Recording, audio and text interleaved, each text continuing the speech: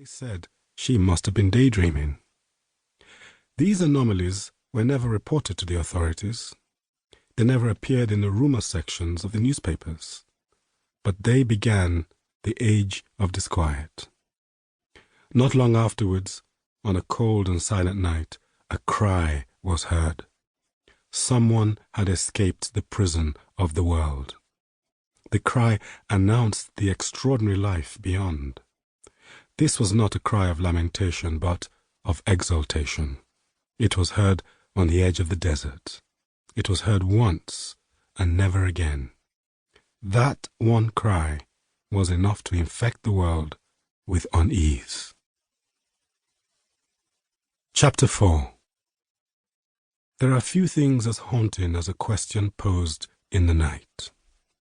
For the first time in centuries, the notion that the world was a prison was heard again. The founding myth, long forgotten, was beginning to speak.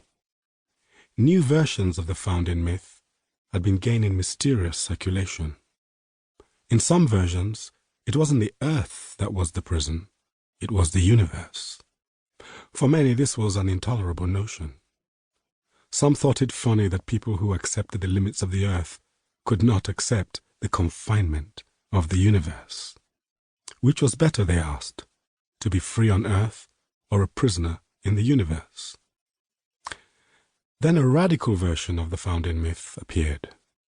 It was not the earth or the universe that was the prison, it was the body. This was one prison too many, and riots broke out everywhere. The authorities tried to suppress these subversive ideas. The police confiscated large numbers of books. They imprisoned publishers and booksellers. They destroyed all forms of printing.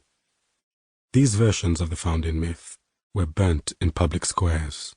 People were forbidden to read them under punishment of death. Chapter 5. But it was too late. The damage had been done. The idea had entered the bloodstream of the world. A few people who were terminally ill anyway took their lives because they wanted to escape the prison of their bodies. The idea made life for them not worth living. Questions began to roam the world. If you are a prisoner in your body, how can you find freedom? Who put you in the prison of your body? If you are in the prison of your body, who is the prisoner? The last question caused the greatest perplexity of all. One night, the question appeared on the walls of buildings. It flowered on the streets, was painted on cars and billboards, stenciled on walls, spray-painted on buses.